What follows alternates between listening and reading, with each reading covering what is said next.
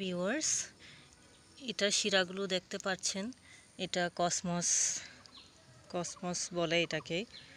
এটা এই গাছটি সামারে হয়ে থাকে আর উইন্টারেও ভালো হয়। আমারটা উইন্টারের কসমস। আর এটা গাঁদা ফুলের চারার মতনই, গাঁদা মারিগোল্ড।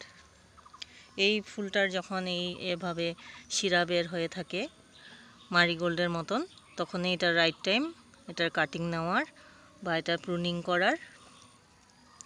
আমি এভাবে এখানে দেখেন এই নটসটাতে এখানে ছোট একটা কলি বা চারা উঠার রেডি হয়েছে, তাই আমি এই নটের আধার থেকে নেব, কলিটা হওয়ার জন্য ছেড়ে দেব।